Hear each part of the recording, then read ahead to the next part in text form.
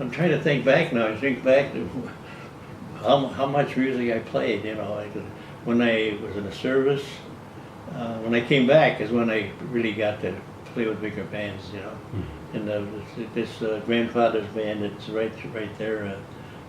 We played quite a bit. It was a few bucks. Well, you weren't getting paid too much, but we were getting paid.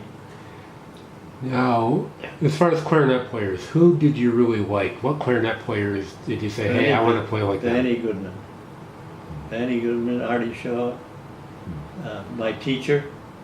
I studied with my teacher for 7 years. Who was your teacher? His Polish name was Bflo. How do you like that? I'm not going to try to spell that. So that he was very articulate.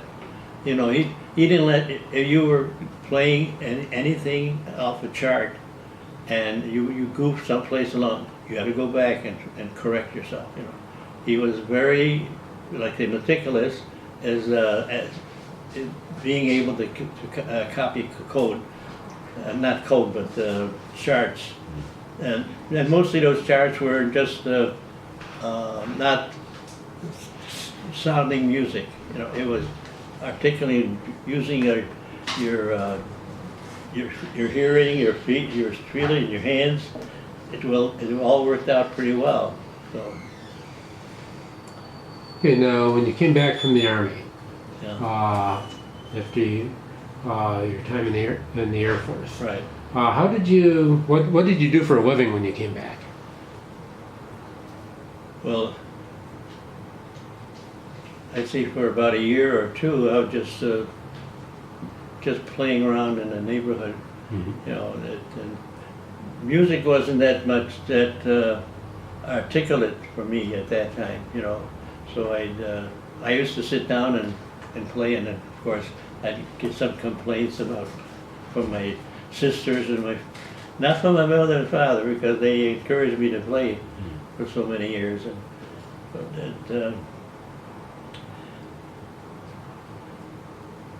So I went to school when I came back. Right, I went to high school, and I played in the band there.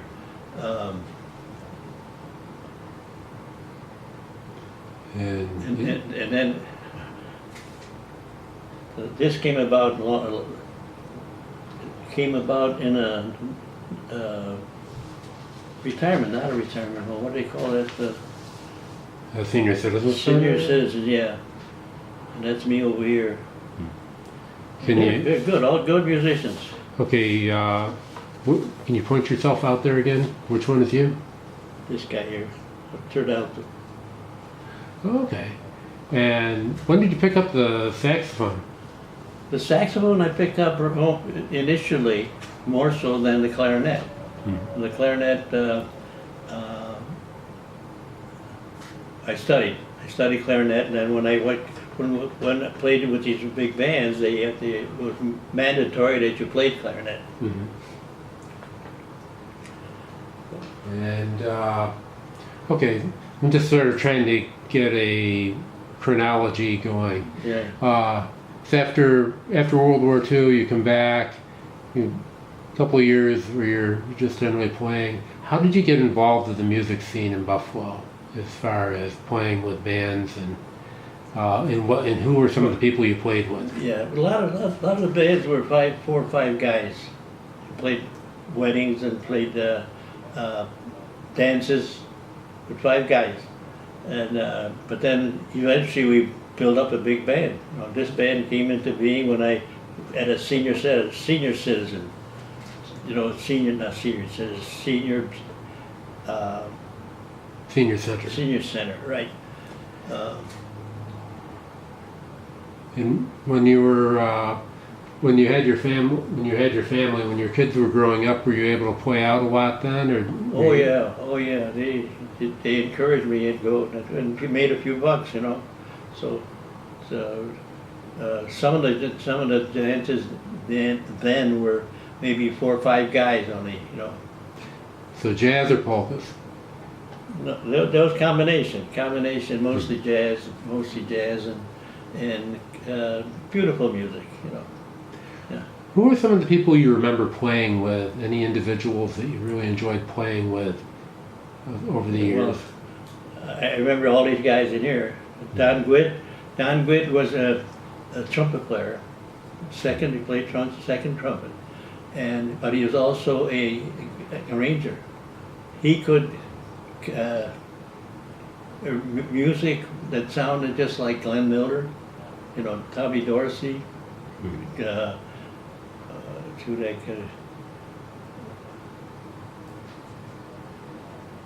Well, anyway, that's those were the guys that played in that era, and he could write the arrangements just like the band sounded. Mm-hmm. And he gave, you know, he let us use that those charts, and the story goes with him. He worked for the telephone company nights, right? And in the meantime, during the day, he'd be writing music, and his wife, you know, was kind of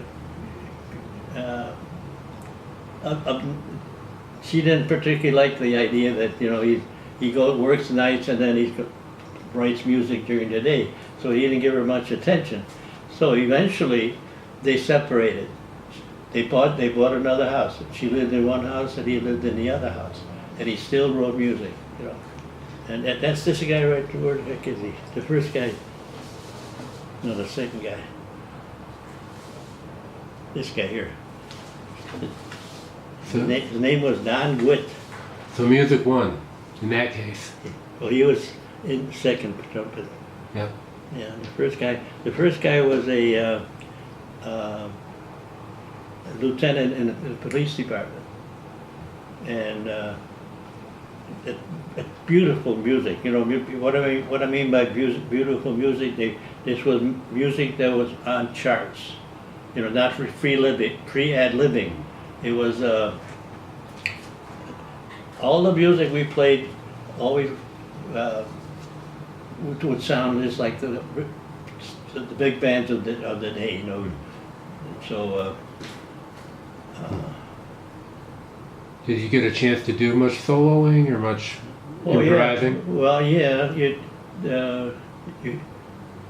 Some of the charts that were written for a solo that you get up and toot away, like what's that?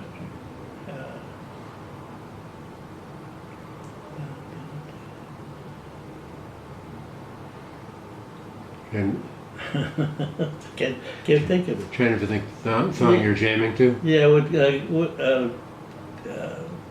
Hardy Shaw, the clarinet.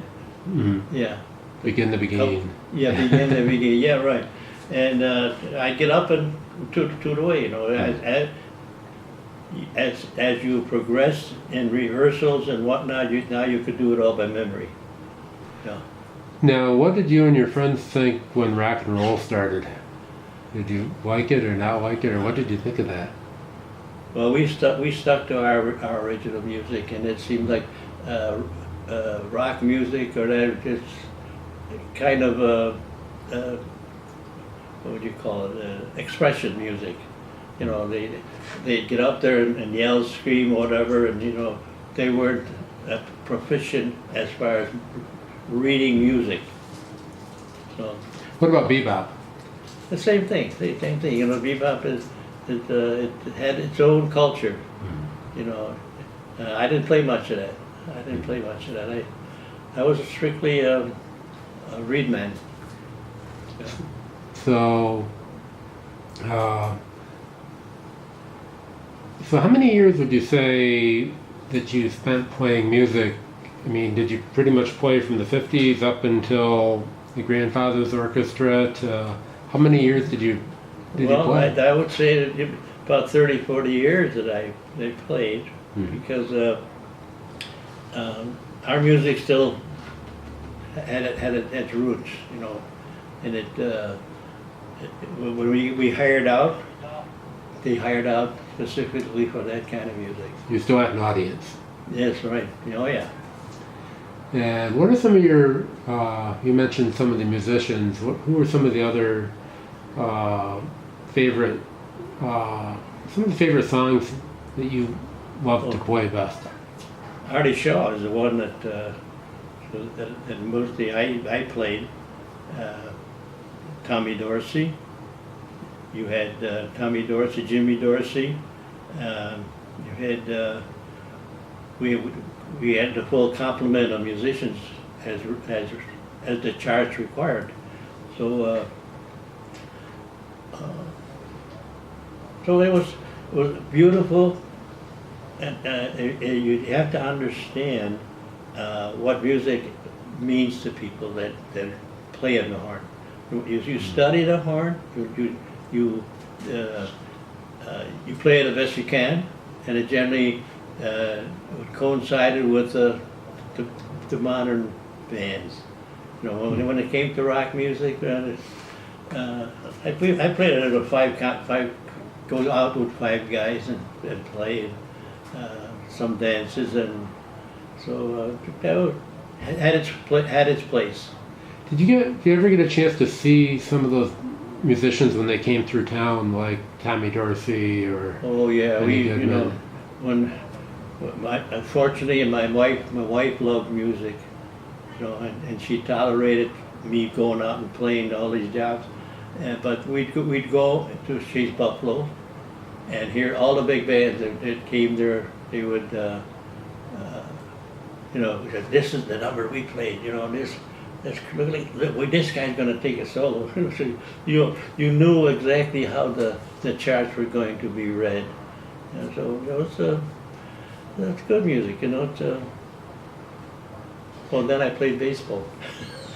Oh, you play baseball too? No, so no, they used to have what they town line. That's what they